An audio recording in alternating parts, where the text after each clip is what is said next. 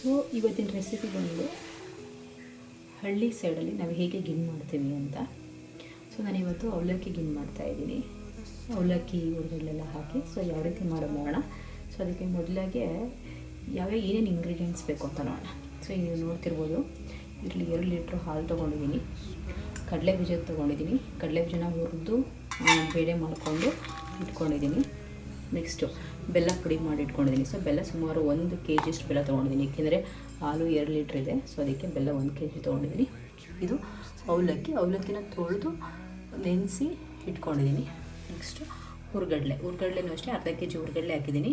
ಏಲಕ್ಕಿ ಕಾಯಿ ಜೊತೆಗೆ ಸ್ವಲ್ಪ ಒಣಸುಂಠಿ ಮತ್ತು 1.5 ಸ್ಪೂನ್ ಅಷ್ಟು ಮೆಂತ್ಯ ಹಾಕಿದ್ದೀನಿ. ಸೊ ಇವಾಗ ಹೇಗೆ ಮಾಡೋದು ನೋಡೋಣ. ಸೊ ಹುರ್ಗಡ್ಲೆಗೆ ನಾನು ಸ್ವಲ್ಪ ಈ ಮೆಂತ್ಯ ಏನು ಹುರಿದಿಟ್ಕೊಂಡಿದ್ದೆ ಅಲ್ವಾ, ಸೊ ಇದನ್ನು ನಾನು ಹಾಕೊಂಡು ಪುಡಿ ಮಾಡ್ಕೊತೀನಿ ಫಸ್ಟು. ನೆಕ್ಸ್ಟು ಈ ಬೆಲ್ಲನ ಕರ್ಗಕ್ಕೆ ಇಡ್ತೀನಿ. 1 ಗ್ಲಾಸ್ ನೀರು ಹಾಕಿ ಹಾಲು ಕಾಯಕ್ಕಿಡೋಣ. ಇವಾಗ ಹಾಲನ್ನ ಕಾಯಕ್ಕೆ ಇಟ್ಟಿದ್ದೀನಿ.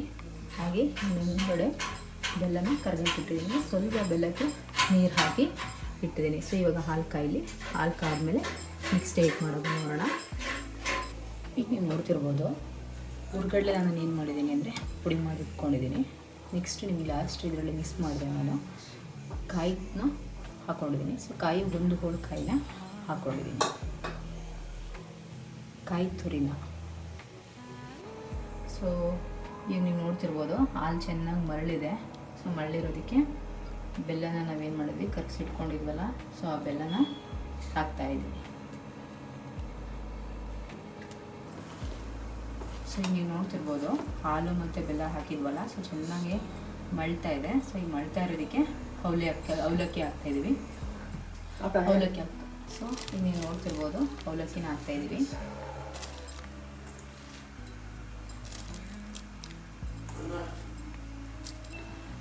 ಇವಾಗ ನೆಕ್ಸ್ಟು ಕಡಲೆ ಬೀಜನ ಹಾಕ್ತಾಯಿದ್ದೀವಿ. ಇವಾಗ ಕಾಯಿ ತುರಿನ ಹಾಕ್ತಾಯಿದ್ದೀವಿ.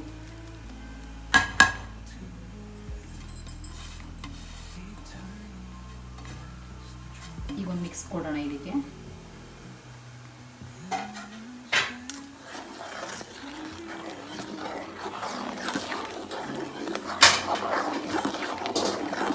ಕೆಲವೊಬ್ರು ಇದಕ್ಕೆ ರವೆನೂ ಕೂಡ ಹಾಕ್ತಾರೆ, ಅಂದರೆ ನನಗೆ ರವೆ ಹಾಕಿದ್ರೆ ಅದು ಗಟ್ಟಿ ಆಗಿಬಿಡುತ್ತೆ. ಸೊ ಹಂಗಾಗಿ ರವೆ ಹಾಕೋದು ನನಗೆ ಇಷ್ಟ ಆಗಲ್ಲ.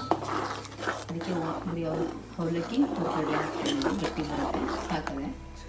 ನಿಮಗೇನಾದರೂ ಇಷ್ಟ ಆಯಿತು ಅಂತಂದರೆ ರವೆನೂ ಕೂಡ ಹಾಕ್ಕೋಬೋದು. ನೆಕ್ಸ್ಟು ಇದೆಲ್ಲ ಹಾಕಾದ್ಮೇಲೆ ಹುರ್ಗಡ್ಲೆ ಪುಡಿ ಏನು ಮಾಡ್ಕೊಂಡಿದ್ವಲ್ವ, ಹುರ್ಗಡ್ಲೆ ಮತ್ತು ಏಲಕ್ಕಿ ಮತ್ತು ಮೆಂತ್ಯ ಎಲ್ಲ ಏನು ಮಾಡ್ಕೊಂಡಿದ್ದೀವಿ ಪುಡಿನ, ಸೊ ಈಗ ಅದನ್ನೆಲ್ಲ ಹಾಕ್ಕೊಂಡು ನಾವು ಮಿಕ್ಸ್ ಮಾಡ್ತಾಯಿದ್ದೀವಿ.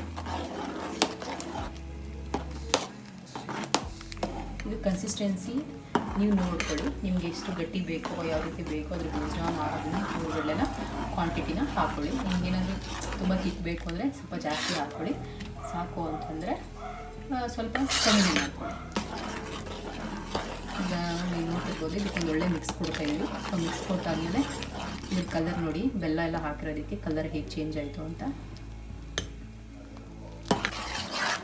ನೀವು ಹುರ್ಗಡ್ಲೆ ಪುಡಿ ಹಾಕಿದ್ಮೇಲೆ ಸ್ವಲ್ಪ ನೀಟಾಗಿ ಏನು ಮಾಡಿ, ಕಂಟಿನ್ಯೂಸ್ ಸ್ಟೇರಿಂಗ್ ಮಾಡಿ, ಇಲ್ಲ ಅಂತಂದರೆ ಏನಾಗ್ಬಿಡುತ್ತೆ, ಗಂಟು ಬಂದುಬಿಡುತ್ತೆ. ಸೊ ಹಾಗಾಗಿ ನೀವು ಚೆನ್ನಾಗಿ ತಿರುಗಬೇಕು ಅದನ್ನ.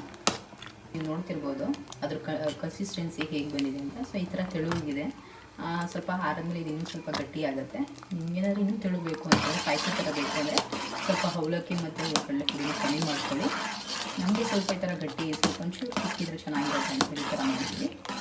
ಸೊ ನೀವೇ ನೋಡ್ತಿರ್ಬೋದು, ಇದು ಸ್ವಲ್ಪ ಮಳ್ತಾ ಇದೆ. ಸ್ವಲ್ಪ ಮಳ್ಳಿದ್ರೆ ಸಾಕು, ಇದು ಆಫ್ ಮಾಡೋದು. ನೀವು ನೋಡ್ತಿರ್ಬೋದು ಅದು ಹೇಗೆ ಕುದೀತಾ ಇದೆ ಅಂತ. ಸೊ ಅಂದರೆ ಅದು ಮಳ್ಳಿದೆ, ಆಗ್ತಾಯಿದೆ ಅಂತ. ಸೊ ಜಾಸ್ತಿ ನಾವು ಇದನ್ನು ಇದು ಮಾಡಿಬಿಟ್ರು ತುಂಬ ಕೆಳಗಡೆ ಅಂಡತ್ ಬಿಡುತ್ತೆ. ಸೊ ಸಿಮ್ಮಲ್ಲಿ ಇಟ್ಕೊಳ್ಳಿ. ಕೆಳಗಡೆ ನೀವು ಸಿಮ್ಮಲ್ಲಿ ಇಟ್ಕೊಂಡು ಏನು ಮಾಡಿದ್ರೆ ಅದು ಆಟೋಮೆಟಿಕಾಗಿ ಸಾಕು, ಅದು ಬೆಂದಿರುತ್ತೆ. ಇನ್ನೆಲ್ಲ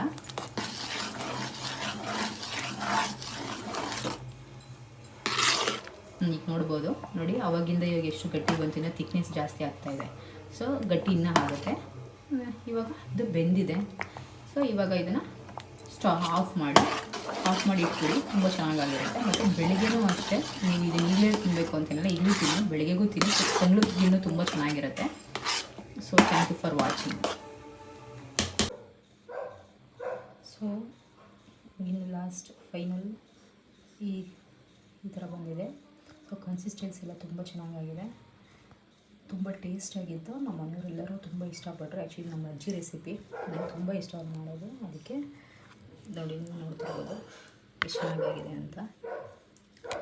ಸೊ ನೀವು ಟ್ರೈ ಮಾಡಿ, ನಿಮ್ಗೆ ಏನಾದ್ರು ಇಂಟ್ರೆಸ್ಟ್ ಇತ್ತು ಅಂದರೆ ಮಾಡ್ಕೊಂಡು ತಿನ್ನಿ. Thank you so much.